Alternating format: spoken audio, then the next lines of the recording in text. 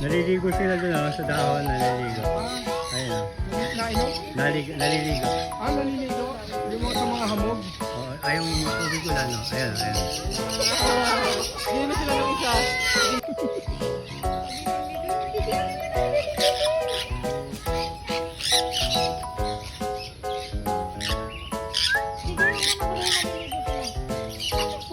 Yan, sa water.